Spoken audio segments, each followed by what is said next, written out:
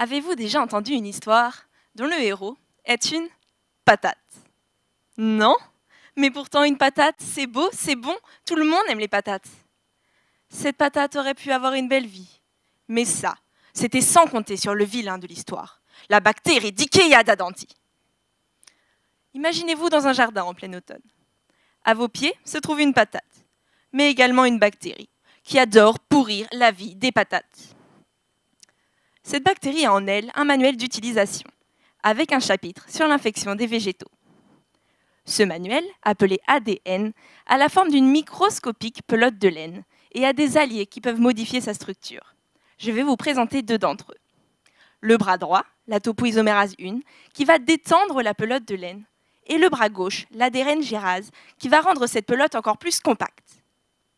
Lorsque la pelote est très compacte, certaines informations ne sont même plus lisibles. A l'inverse, lorsqu'elle est détendue, d'autres informations sont mises en avant. La structure de cette pelote de laine, appelée le surenroulement de l'ADN, et son impact sur la transmission des informations sont au cœur de mon sujet de thèse, puisque je cherche à mieux les caractériser. Mais pour mieux comprendre, revenons-en à notre patate qui pousse dans le jardin. Patatras! Dickeia vient de la pénétrer. Mais le premier espace atteint par Dickeia est acide, à croire qu'elle est dans un citron. Mais il en faut plus pour arrêter Dickeia. Le bras droit, la topoisomérase 1, vient d'étendre la pelote de laine, ce qui va aider Dickeia à relever ce premier défi environnemental.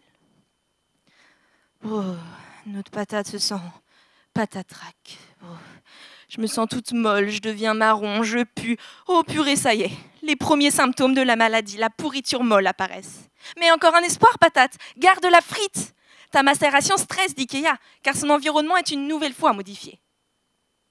Mais cette fois-ci, c'est le bras gauche, l'ADN gérase, qui vient compacter la pelote de laine, ce qui va aider Dickeia à s'adapter à ce nouvel environnement.